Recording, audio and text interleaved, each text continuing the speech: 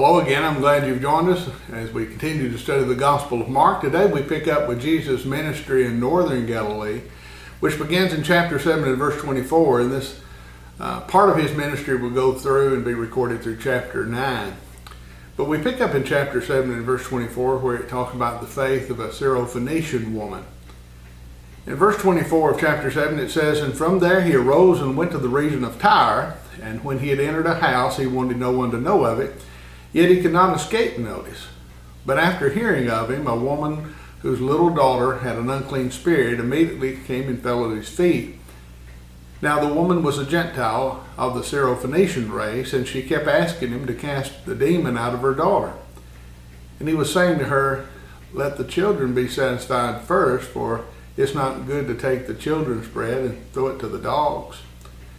And she answered him and said, 'Yes, Lord, but even the dogs under the table feed on the children's crumbs.'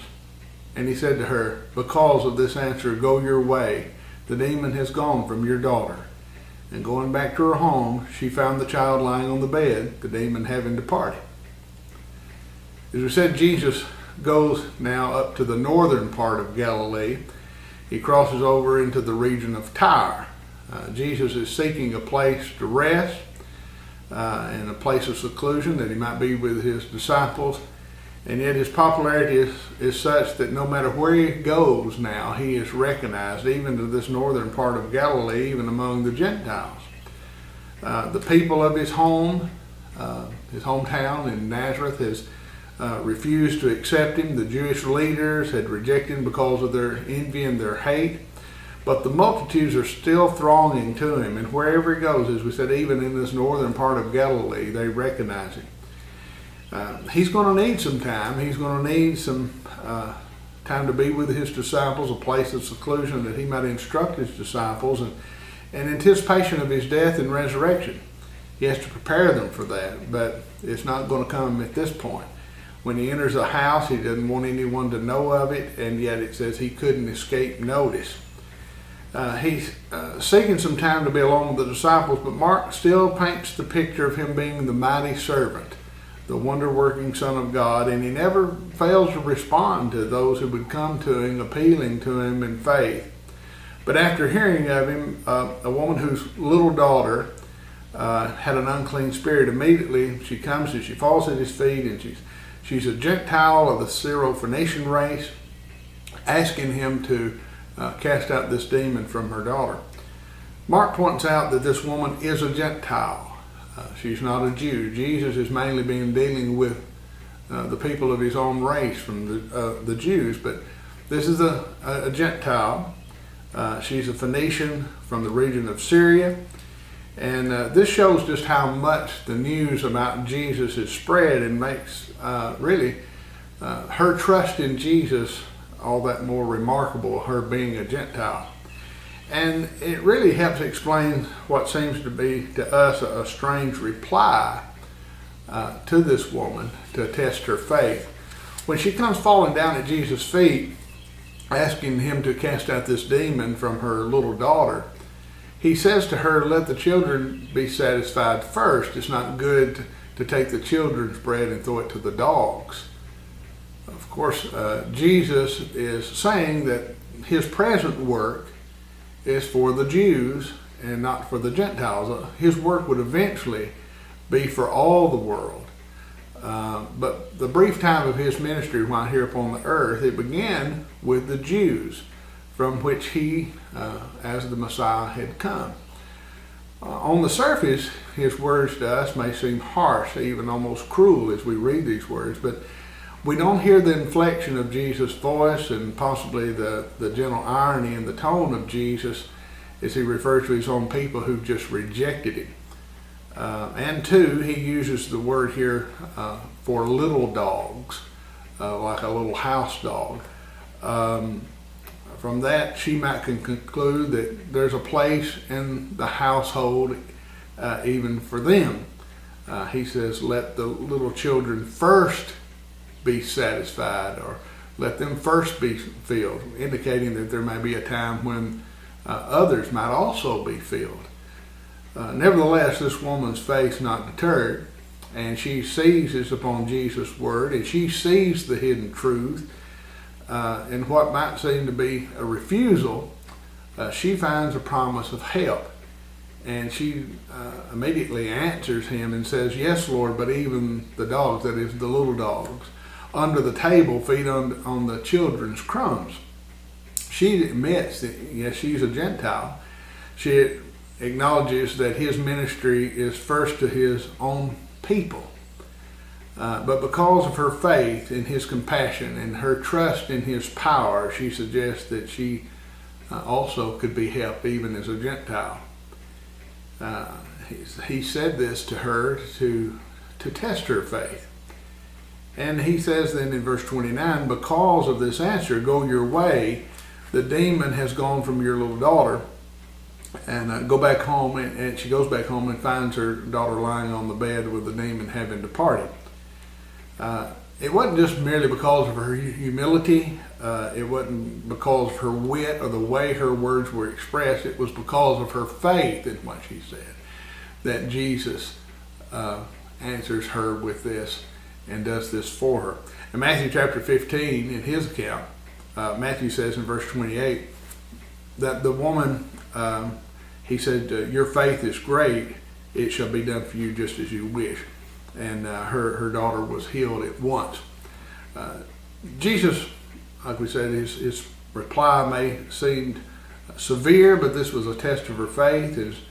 And it is recorded that Jesus' mission was not just about the Jews, but also for the Gentiles. That's why these things are recorded for us. Yes, it was for his people first, who should have been prepared for him. They had the law, they had the prophets who foretold of this coming Messiah that was come through the seed of Abraham. And they should have been prepared for it, but it was going to be a blessing not just for the Jews, the descendants of Abraham. And of course, that's what Jews are. They are just simply those who have descended from Abraham.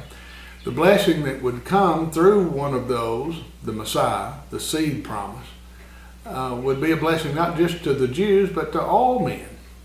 This goes back to the promise that was given by God to Abraham in Genesis chapter 3. He says, "Through your seed," speaking of Abraham, "through your seed, through your descendants, there would be one who would come. Through thy seed, all nations would be blessed." This one who would come from the seed of Abraham, who would be a blessing, who would provide blessings not just to the Jews, the descendants of Abraham, but he says, "Through your seed, all nations would be blessed." It'd be for the Jews first, but also for the Gentiles. And of course, that's what the Apostle Paul later proclaimed in Romans chapter 1 verse 16 when he spoke of the gospel, the good news about Jesus Christ. He says, "I'm not ashamed of the gospel, for it is the power of God unto salvation to all that believe, to the Jew first, also to the Gentile or to the Greek." Another side lesson from this is that every follower of Christ, everyone who trusts in him and seeks him, should keep on seeking him. We should keep on seeking him and praying, even in the darkest times, even when there's times that when we feel that his reply is a refusal.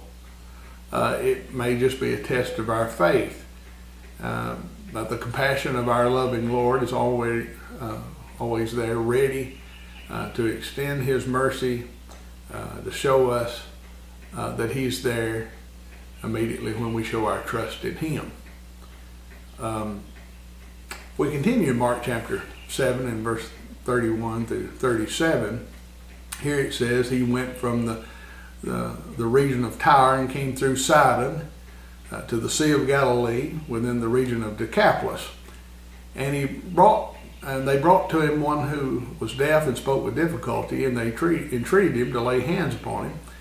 And he took him aside from the multitude by himself, and put his fingers into his ears, and after spitting, he touched his tongue with the saliva, and looked up into heaven with a deep sigh. And he said to him, Aphatha, which is, be opened. And his ears were opened, and the impediment of his tongue was removed, and he began speaking plainly. And he gave them orders not to tell anyone, but the more he ordered them, the more widely they continued to proclaim it. And they were utterly astonished, saying, "He has done all things well. He makes even the deaf to hear and the dumb to speak." So Jesus goes on even farther north. He had gone into the region of Tyre, and now he goes on northward to the city of Sidon.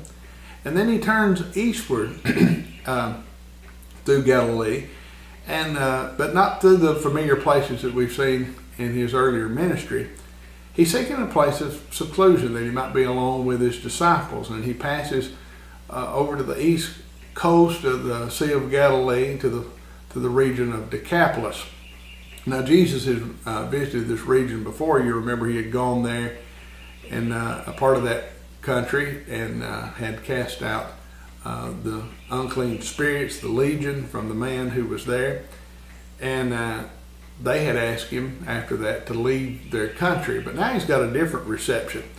You remember the man that Jesus cured wanted to go along with Jesus at that time, but Jesus told him to go home to his own people and report to them the great things that had been done for them and how God had shown mercy to him. And evidently he had done his job because he gets this reception when he comes back to this region. They immediately bring someone who was deaf and spoke with difficulty, and they wanted Jesus to lay hands upon him and heal him. This incident is only recorded by Mark, and Mark gives us some very vivid details, as he often does. You'll notice there are 6 things that he does concerning this man to arouse his faith. You can imagine this man not being able to hear, not being able to hardly speak at all, may not completely understand what's going on and what's going to be done for him. So Jesus, when they bring this man to him, Jesus takes him, first of all, away from the crowd over by himself to avoid any publicity that might be given. And I think also to especially give attention to this man and his circumstances, that he might communicate with him. This man's deaf, and so he brings him, first of all, by himself, and then he puts his fingers into this man's ears to, in a way of sign language, tell him something's going to be done for your ears. Then it says he spits and probably on his own finger and touches the man's tongue, telling him something's going to be done for your tongue. Then it says he looks up into heaven, indicating where this help's going to come from. And then he sighs before him. I think he's showing that he's sympathizing with this man and the condition that he's in. And then lastly, he says, Aphatha. Mark records the very syllables Jesus uttered, and it would have been natural for Jesus to speak in Aramaic, the common language among the Jews. Mark then gives the translation meant be opened. So he does these 6 things, and Mark goes into detail telling me it seems that he's talking with this man in the way that he can understand to arouse his faith, to show what is being done for him and where that power is coming from. In verse 35, as soon as Jesus says, be open, his ears were open, the impediment of his tongue was removed, and it says he began speaking plainly. The cure was immediate, the cure was complete. And in verse 36, it says he gave them orders not to tell anyone. But the more he ordered them not to tell anyone, the more that they continued to proclaim it. It says they were utterly astonished. Jesus still looking for a place of seclusion to be with and to prepare his disciples, but he just can't escape his popularity. The people, it says, were utterly, aboundingly astonished. And they were saying, notice, he does all things well. Here's the powerful creator of heaven and earth, here now in the flesh, but showing his power as the Son of God. And only the powerful creator could do such things. And their words remind us of the words spoken at the creation in Genesis chapter 1, verse 31, where God saw all that he had made, and behold, it was all very good. They said he does all things well. He's still all powerful and all things very well. And we need to remember that. James chapter 1 and verse 17, every good thing and every perfect gift is from above, coming down from the Father of lights, in whom there is no variation or shifting shadow. And we need to trust in him and realize his great power. These miracles pointed to who he was and the power that he had. And were not meant just as an action just in themselves, but they were signs that pointed to who he was and shows us that he has power for all our ailments. And it enables us to be able to do what we were created to do and to be if we'll simply follow his will. Important lessons for us. Our time's gone today. I hope that you'll come back and study with us next time. And until then, hope you have a good day.